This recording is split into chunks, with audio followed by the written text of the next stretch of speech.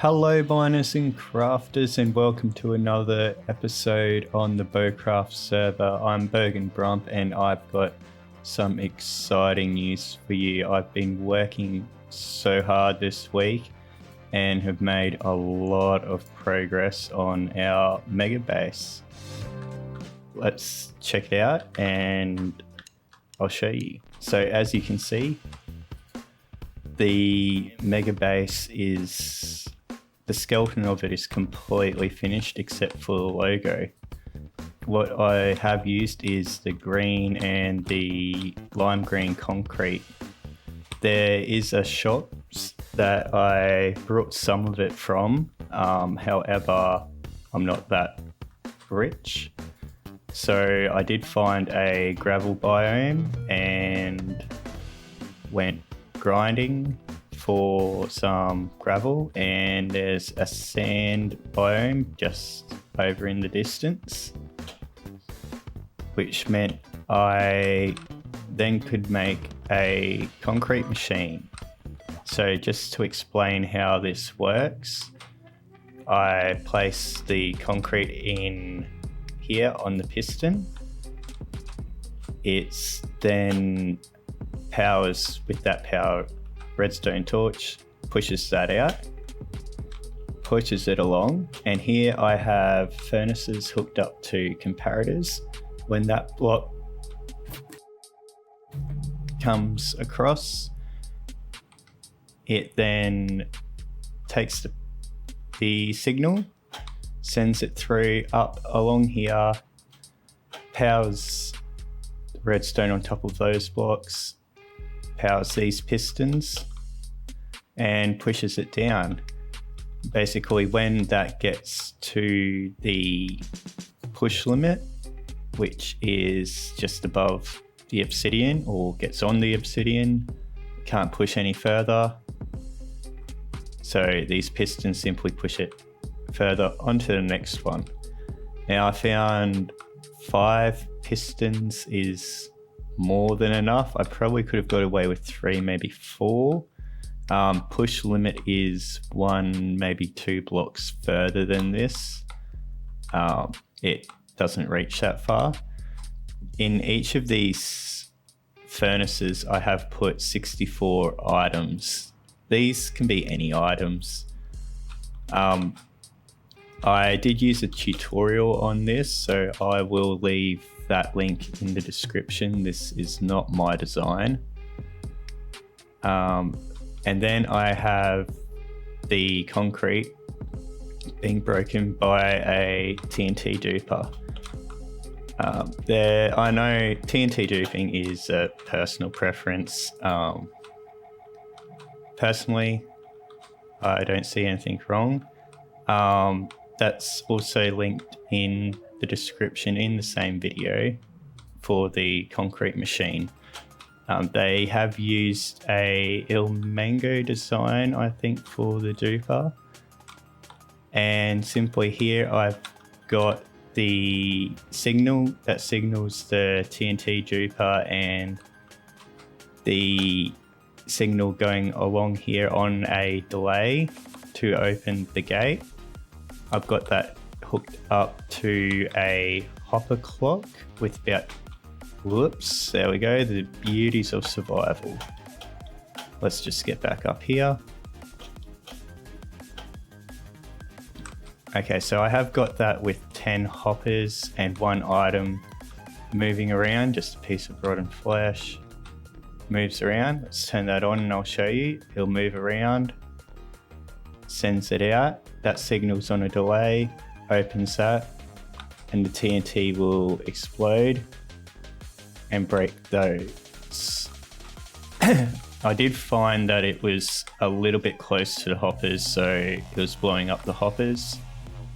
But down here, I just have a bit of a collection system, just a water flow pushing it into the hopper system.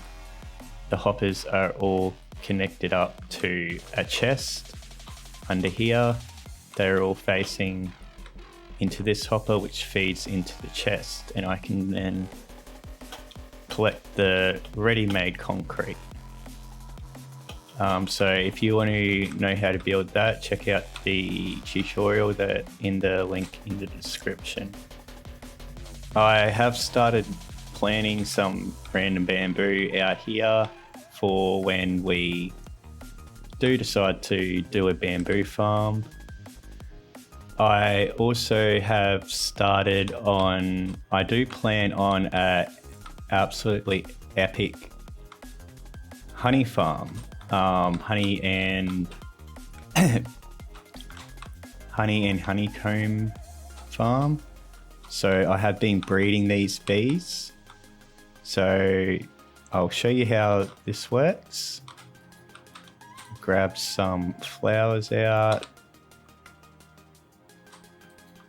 All we do is simply breed the bees up. They make the babies. And the babies go into hives too. Now 3 bees can fit in each hive. I leave this one here. What I have is a dispenser on, I'll show you if I can get down there. A dispenser hooked up on this side. The dispenser is facing into the beehive. And that I have an observer into the beehive. So every time a bee comes in or out, it senses a change. When that change is censored, as you can see, it dispenses the shears. If it's unable to be sheared, we'll have a look on the right hand side. You can see that the honey level is 0, so it wouldn't have been sheared. No durability is used off the shears, and it just keeps on going. When it is at honey level 5, it'll shear, the honeycomb will drop, get collected by the hoppers and pushed into this chest. I have found that honeycomb likes to jump, so it has a few extra hoppers around just to collect those extra drops. I will be collecting more and more honey, get a few honey blocks situated. So let's check out the inside of the base. This goes up to about Y level 180 or so. I'll explain the inside of it a little bit more. Let's move up to the top.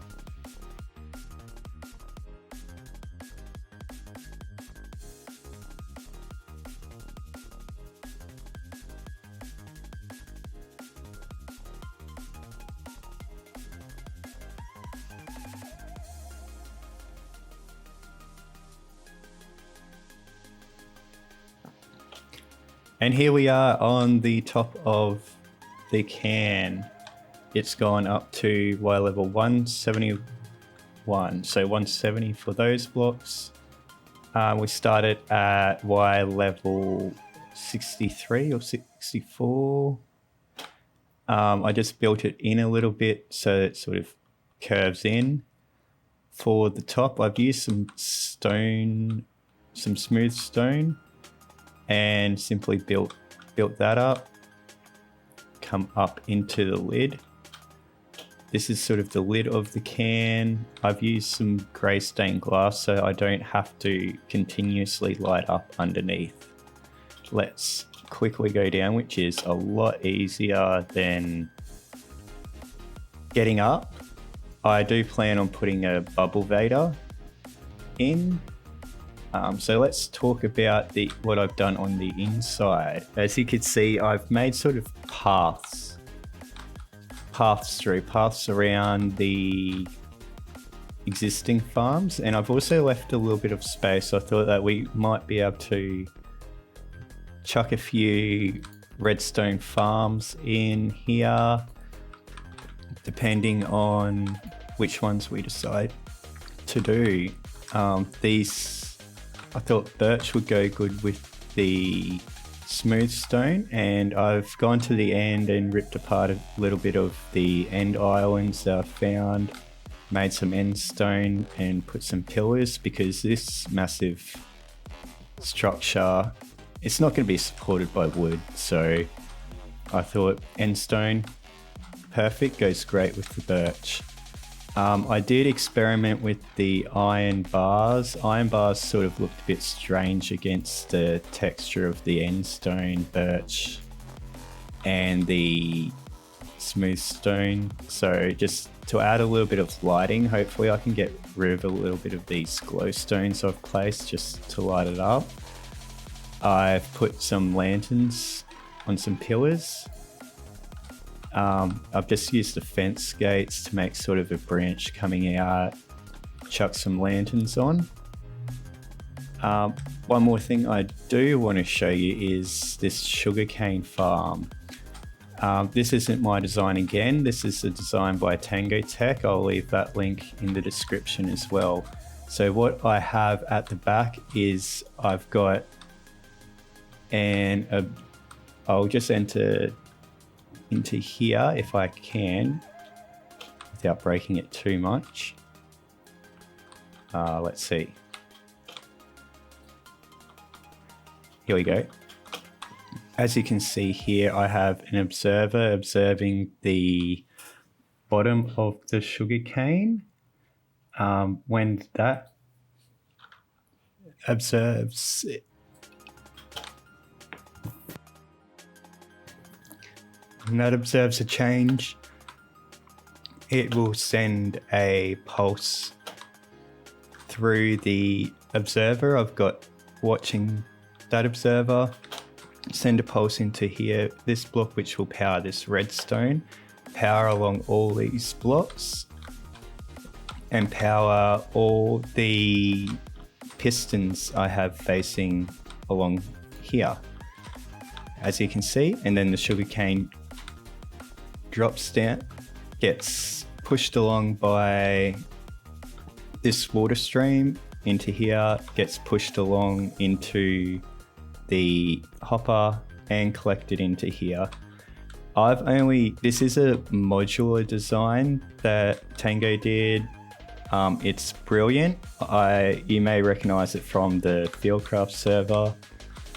The one on the BoCraft server was 24 modules. This is only 4 modules. I figured there's only one player needing to be supplied, so there's not much. And the one on BoCraft was a little overpowered, and I found that it backed up a lot. So we'll see how we go with this. If my need increases, then we could always expand it. Maybe, you know, a module there, a couple on the top, something like that. So if you want a tutorial on how to build this, check out the link in the description. So I also wanted to tell you about our future plans. In here, this is going to be our fun and games. I have a list of all different types of farms. So simply press the button. Let's do a test. This is not what we're going to build quite yet. Press the button, spits out something. So, a wood farm. So we would put that up in an item frame and build a wood farm. So that is what I've done so far. I've got to get rid of this scaffolding. I was thinking possibly